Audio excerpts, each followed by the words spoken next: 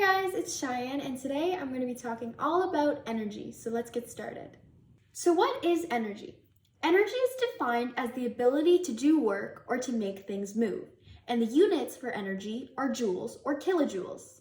Energy can be classified into two main groups, kinetic and potential.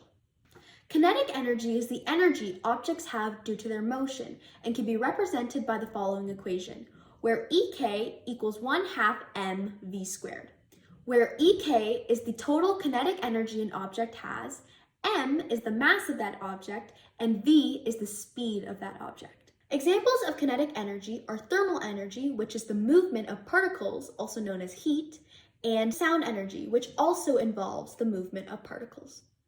Using this equation, we can understand that the total kinetic energy an object has is proportionate to the mass of that object, but is also proportionate to the square of the speed of that object. We can then use this to know that increasing the mass is not as effective as increasing the speed of an object if you want to increase its kinetic energy. Next, we will look at potential energy. Potential energy is the energy objects have due to their shape or position. Elastic potential energy is the potential energy dependent on an object's shape or arrangement. Gravitational potential energy is the energy objects have due to their position or height above the Earth. Gravitational potential energy can be represented by the following equation. Eg equals mg delta h, where Eg is the total gravitational potential energy an object has, m is the mass of the object, g is the acceleration due to gravity on that celestial body or planet, so on Earth it would be 9.81 meters per second squared, and delta h is the change in height, or simply the height above a certain reference level. Potential energy might be a hard topic to grasp. How can an object have energy if it's not doing anything, it's not moving? Well, think about it like this. If you have an object that is at a very, very high spot, like the top of a tower or the top of a very tall flight of stairs, there are a lot of possible potential places for that object to be, lower energy states.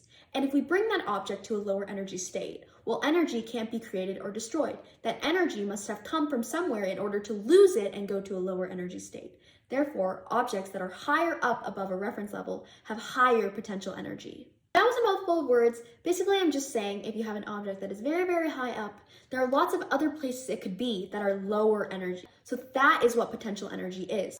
Energy can be converted into different forms. This can be seen on a roller coaster. When you're at the very, very top of a hill, you have very high gravitational potential energy, but as you go down from the hill, your gravitational potential energy turns into kinetic energy and you go super fast. Energy can also be transferred from one object to another. An example of this would be touching a hot cup of tea. The cup of tea has a lot of thermal energy, and when you reach your hand out to touch it, that thermal energy gets transferred from the cup to your hand, and that's why your hand heats up or maybe even burns.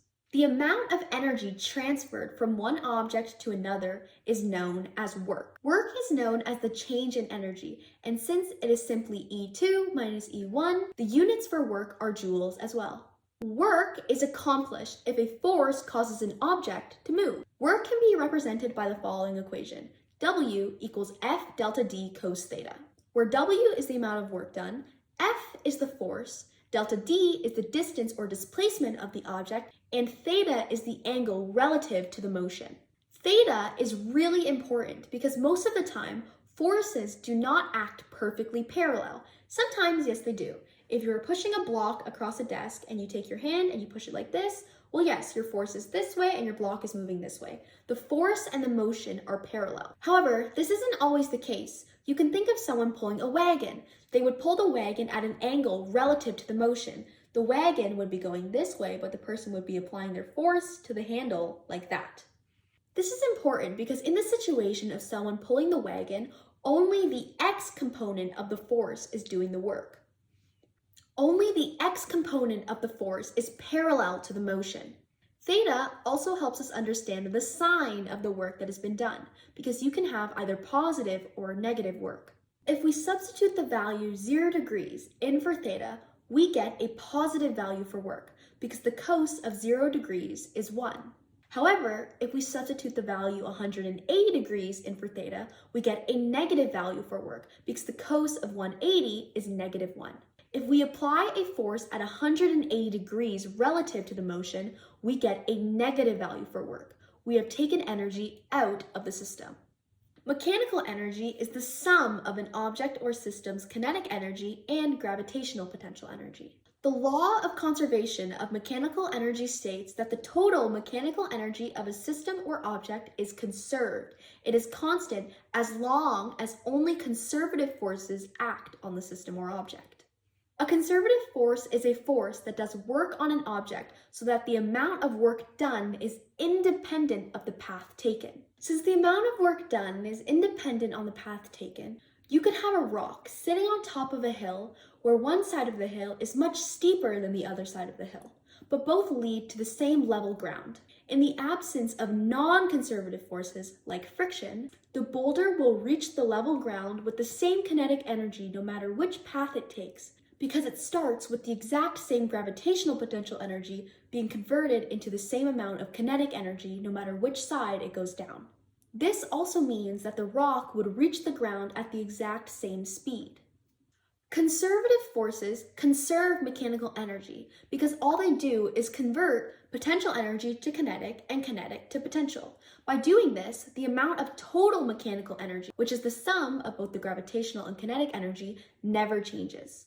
A really easy way of thinking about this is that the total mechanical energy of a system could be 10 joules. You could have 2 joules of kinetic and 8 joules of potential, or you could have 5 joules of kinetic and 5 joules of potential. You can keep changing the amount of each individual type of energy, but the sum will always be the same so long as whatever you lose in kinetic becomes gravitational and whatever you lose in gravitational becomes kinetic.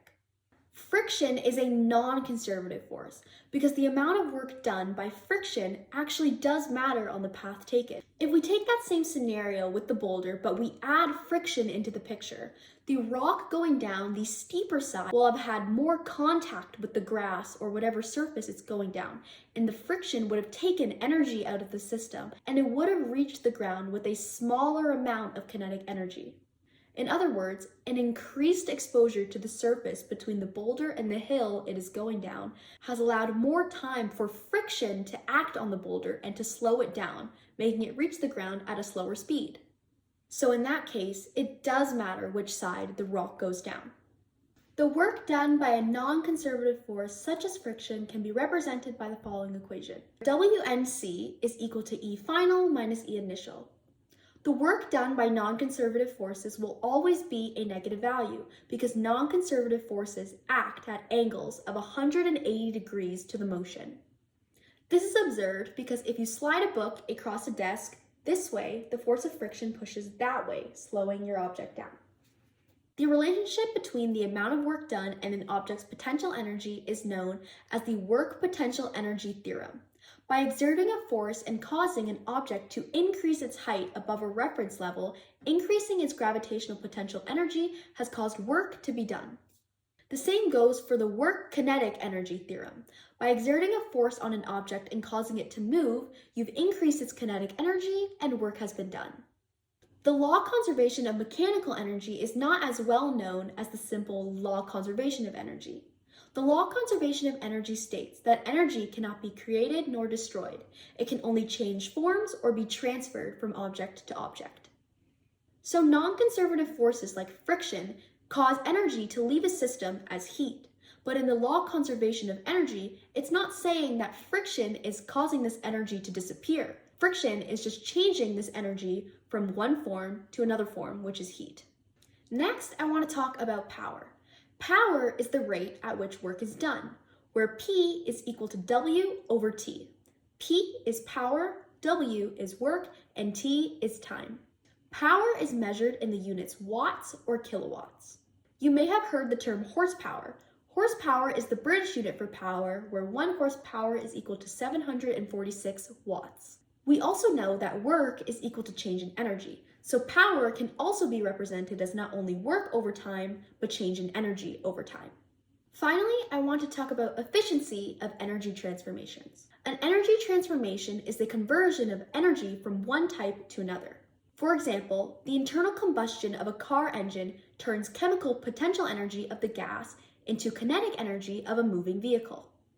Efficiency is the extent to which something converts energy into its intended use. Efficiency can be represented with the following equation, where efficiency is equal to the energy out over the energy in times 100%. So if you have a system where you put in 100 joules of energy, but you only got out 50 joules of energy, you have a 50% efficiency. You managed to use 50% of the energy you inputted originally for its intended use.